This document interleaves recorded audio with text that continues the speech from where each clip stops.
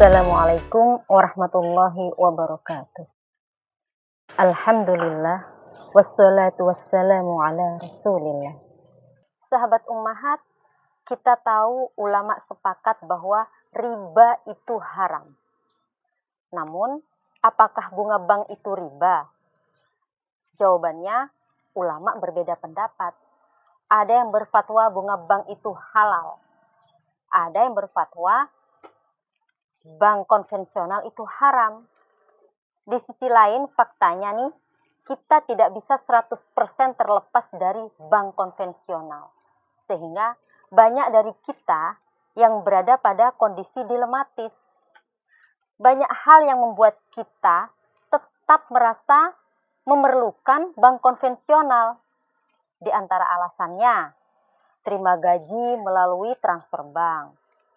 Sehingga memaksa kita untuk menjadi nasabah bank konvensional tersebut. Melakukan transaksi jual beli juga pembayarannya melalui bank. Walaupun misalnya kita sebagai nasabah bank syariah, tapi penerima pembayaran adalah rekening bank konvensional. Pembayaran elektronik, e-tol, dan transportasi juga menggunakan bank konvensional. Sementara perkembangan dan fasilitas bank syariah yang disediakan untuk nasabah belum bisa mengimbangi bank konvensional. Kantor bank syariah belum mampu menjangkau sampai ke kecamatan atau ke desa. Demikian pula dengan fasilitas-fasilitas lainnya seperti ATM. Kondisi ini tentu menjadi penghambat bagi orang yang ingin atau memiliki keinginan beralih ke bank syariah. Sahabat ummahat, bagaimana pengertian riba menurut Al-Quran dan Sunnah? Sebenarnya, bagaimana hukum bunga bank? Apakah termasuk riba? Dijelaskan dalam tafsir Rawa'i'ul Bayan dan Al-Munir, pengharaman riba persis seperti bentuk pengharaman minuman keras, yaitu terdapat di 4 tempat dalam Al-Quran. Pertama, ayat tersebut turun di Makkiyah, sedangkan 3 lainnya Madaniyah. Sehingga pengharaman riba memiliki 4 fase. Fase pertama, di Mekah, Allah menurunkan Surat Ar-Rum ayat 39 yang artinya, riba yang kamu berikan agar berkembang pada harta orang lain tidaklah berkembang dalam pandangan Allah. Adapun zakat yang kamu berikan dengan maksud memperoleh keridhaan Allah, berarti merekalah orang-orang yang melipat gandakan pahalanya. Turunnya ayat ini merupakan langkah atau fase awal sebagai persiapan pengharaman riba. Ayat ini mengandung isyarat hukum haram riba dan menjauhi riba adalah suatu keharusan. Fase kedua di Madinah, turun surat An-Nisa ayat 161. Ayat ini merupakan peringatan hukum riba serta pemberitahuan bahwa orang yang membangkang dalam masalah ini akan dihukum. Fase ketiga, turun surat Ali Imran ayat 130. A'udzubillahi minasyaitonirrajim. Bismillahirrahmanirrahim. Ya ayyuhalladzina amanu la ta'kulur riba ad'afan mudha'afah wattaqullaha la'allakum tuflihun. Wahai orang-orang yang beriman, janganlah kamu memakan riba dengan berlipat ganda, dan bertakwalah kepada Allah agar kamu beruntung. Ayat ini mengandung larangan yang jelas, namun bersifat sebagian, belum secara umum. Ayat riba secara jelas melarang salah satu riba yang sangat jelek, yaitu riba fahisyah yang berlipat-lipat, yang umum terjadi di masa jahiliyah.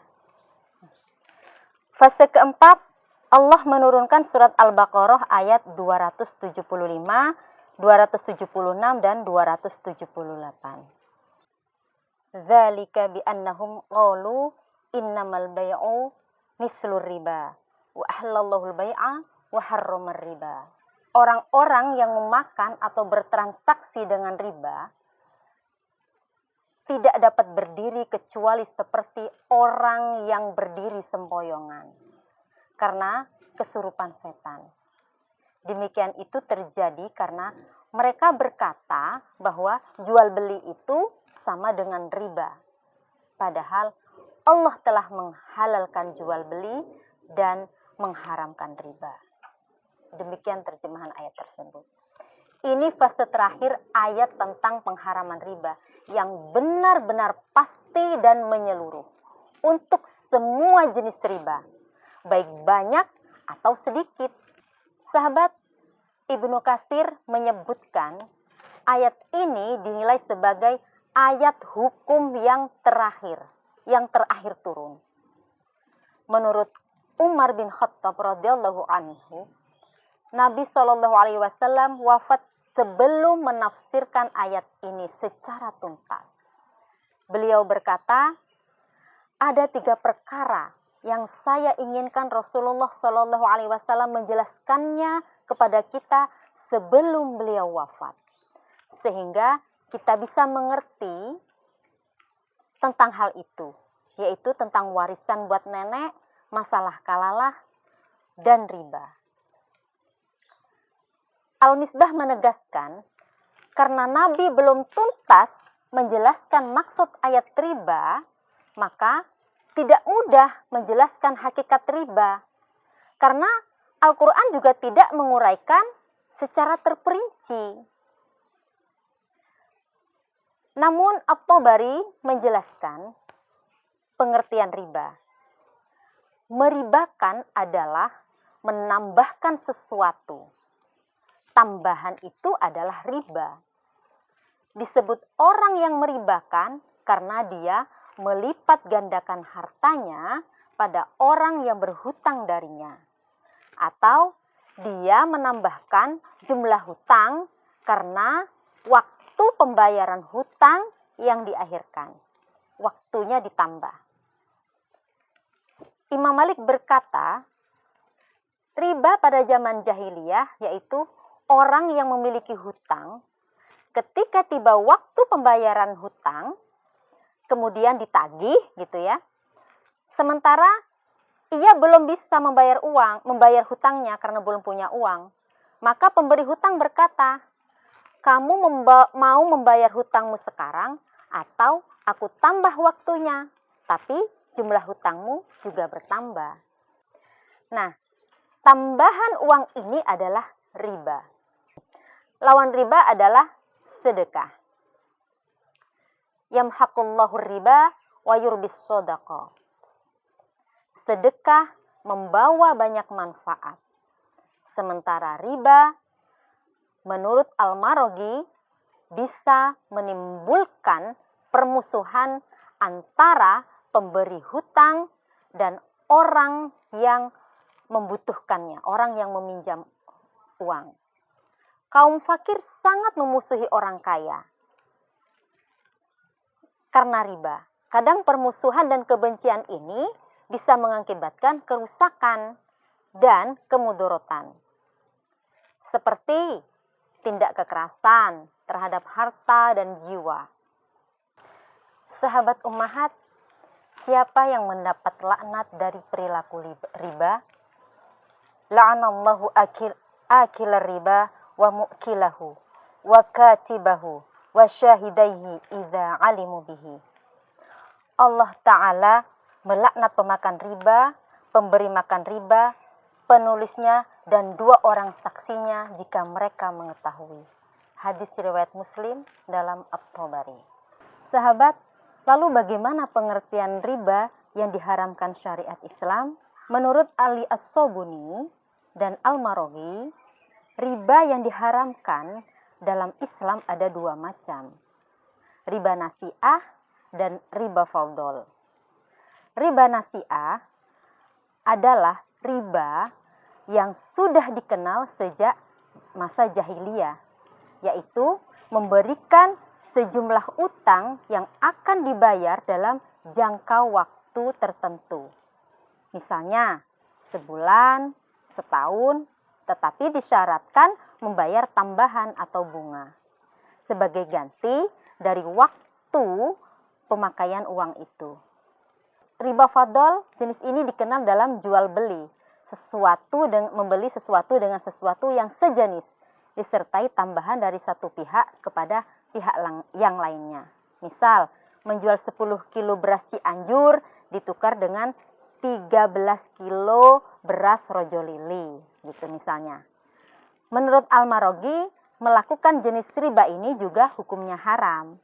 Namun, tingkat dosanya lebih ringan dibanding riba nasi'ah.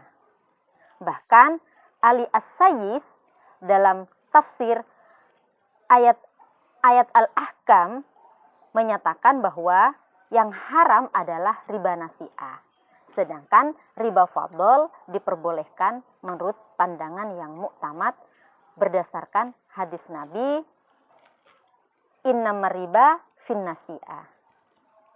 Jadi, yang disepakati ulama keharamannya adalah riba nasi'ah. Kalau kita rangkum dari beberapa pendapat, dianggap riba nasi'ah jika memenuhi 4 ketentuan. Pertama, dalam bentuk utang piutang. Riba nasi'ah hanya terjadi dalam kasus utang piutang. Namun kalau bukan pinjam meminjam, kasusnya sudah keluar dari riba nasi'ah. Misalnya, Asri titip uang kepada Bella uang 10 juta. Ketika Mbak Asri ini mengambil uang titipannya, Bella memberi tambahan kepada Asri 1 juta. Gitu. Sehingga menjadi 11 juta. Nah, tambahan ini tidak termasuk riba. Karena bukan utang piutang. Dan tidak disyaratkan. Kedua, berupa uang atau alat pembayaran. Bentuk utang adalah pinjam uang atau alat pembayaran seperti emas atau perak pada zaman dulu ya sahabat, atau uang kertas di masa sekarang. Sedangkan utang dalam wujud benda atau barang atau aset seperti rumah, mobil, tanah dan lainnya tidak berlaku riba meski saat pengembaliannya ada tambahan atau kelebihan yang harus dibayarkan. Sebab pinjam benda yang harus ada tambahannya itu masuk ke dalam akad sewa menyewa atau ijaroh yang dihalalkan dalam syariat. Ketiga, tambahan menjadi syarat atau menjadi kebiasaan. Titik keharaman riba nasi'ah adalah adanya syarat tambahan pengembalian yang disepakati di awal. Nah, kalau tambahan itu tidak disyaratkan di awal dan terjadi begitu saja atau secara sukarela, maka bukan termasuk riba yang diharamkan. Dasarnya adalah Rasulullah SAW pernah meminjam seekor unta yang masih muda dari seseorang ya. Ketika saatnya mengembalikan, ternyata beliau, Nabi, tidak mempunyai unta muda. Maka Rasulullah mengembalikan unta yang lebih tua. Demikian pula, meskipun tambahan pengembalian itu tidak disyaratkan, tapi kalau menjadi kebiasaan yang berlaku, misalnya setiap pinjam uang selalu ada tambahannya, maka ini termasuk riba. Syarat keempat, tidak dalam kasus inflasi. Nah, di masa sekarang ini kita mengenal istilah inflasi. Inflasi yang ekstrim bisa membuat nilai mata uang itu anjlok. Misalnya pinjam uang 5 juta tahun 2000 yang setara dengan harga 1 ekor sapi. Nah, kalau sampai 10 tahun kemudian belum dikembalikan, apakah uang 5 juta masih bisa untuk membeli seekor sapi? Nah, setelah 10 tahun kemudian, apakah kita tetap mengembalikan 5 juta atau disesuaikan nilainya dengan mengikuti inflasi hari ini? Ulama berpendapat, ada yang tetap berpendapat boleh bayar 5 juta. Tapi ada yang lebih realistis dan pengembaliannya disesuaikan dengan nilai yang setara saat mengembalikan uang. Sahabat, jika definisi riba sudah gamblang, lantas mengapa pendapat ulama tentang bunga bank sangat beragam dan tidak pernah sampai pada kesepakatan yang bulat? Mengapa? Ada beberapa alasan. Pertama, belum ada bank di masa kenabian. Aktivitas pinjam uang dengan bunga sudah ada sejak zaman Nabi, bahkan sebelum riba diharamkan. Uang yang dipinjamkan adalah uang pribadi, bukan menggunakan dana yang dihimpun dari masyarakat, seperti sistem perbankan sekarang ini. Oleh karena itu, sistem perbankan modern yang digunakan saat ini jelas tidak ada rujukannya di masa kenabian. Hingga masa tabi'ut tabi'in tidak ditemukan adanya bank.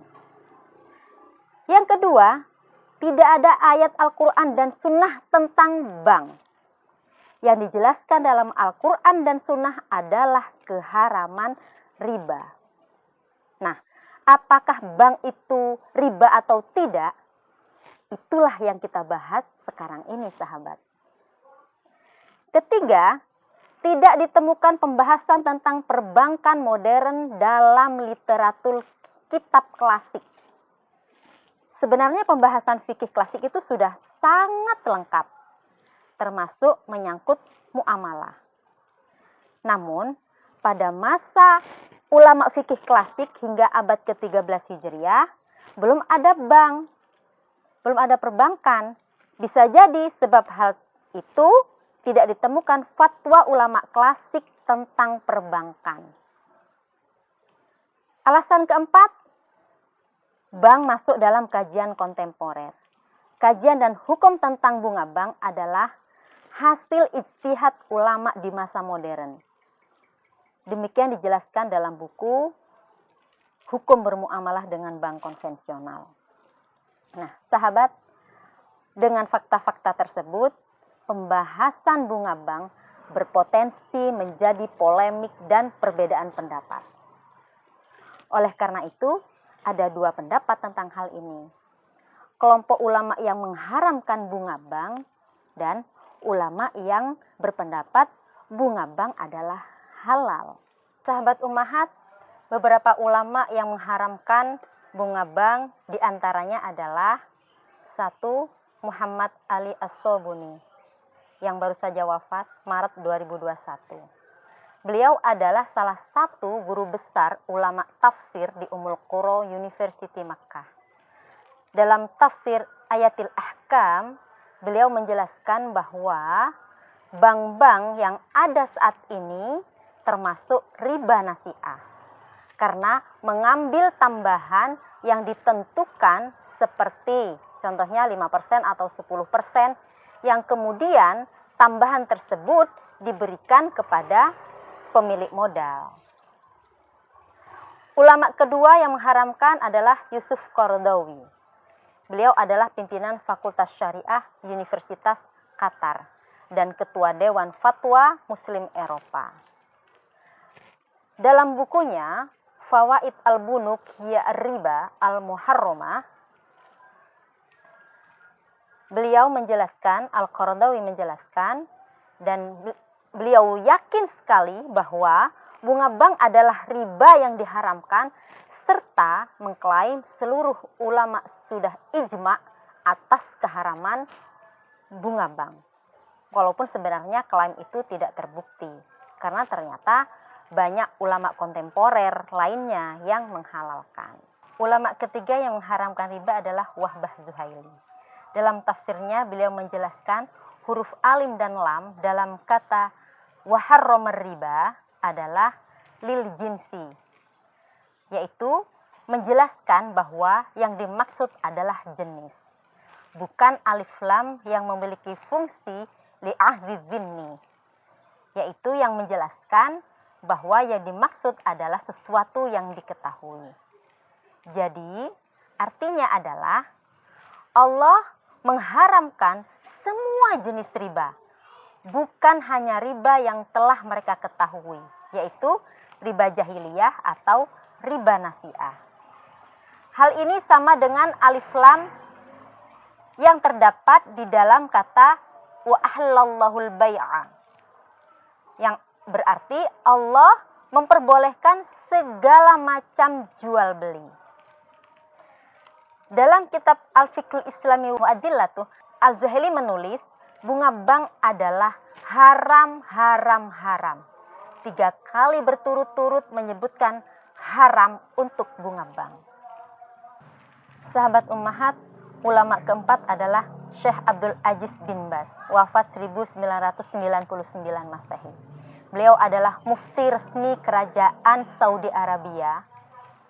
Beliau menganggap bahwasanya semua sistem maupun transaksi yang ada di perbankan konvensional yang menggunakan bunga adalah riba. Karena hal itu berarti turut serta membantu mereka di dalam melakukan dosa dan pelanggaran. Kelima, Syekh Muhammad Abu Zahra, wafat 1974. Beliau adalah salah satu pimpinan Al-Azhar yang punya pandangan bahwa riba yang dilarang dalam Al-Quran adalah riba yang dipraktekkan oleh bank-bank dan masyarakat. Dan tidak diragukan lagi keharamannya. Sahabat ummahat, selanjutnya siapa saja ulama yang berpendapat bunga bank halal, bunga bank itu tidak termasuk riba? Ikuti pembahasannya di bagian kedua. Wallahul muwaffiq ila aqwamit thoriq. Wassalamualaikum warahmatullahi wabarakatuh.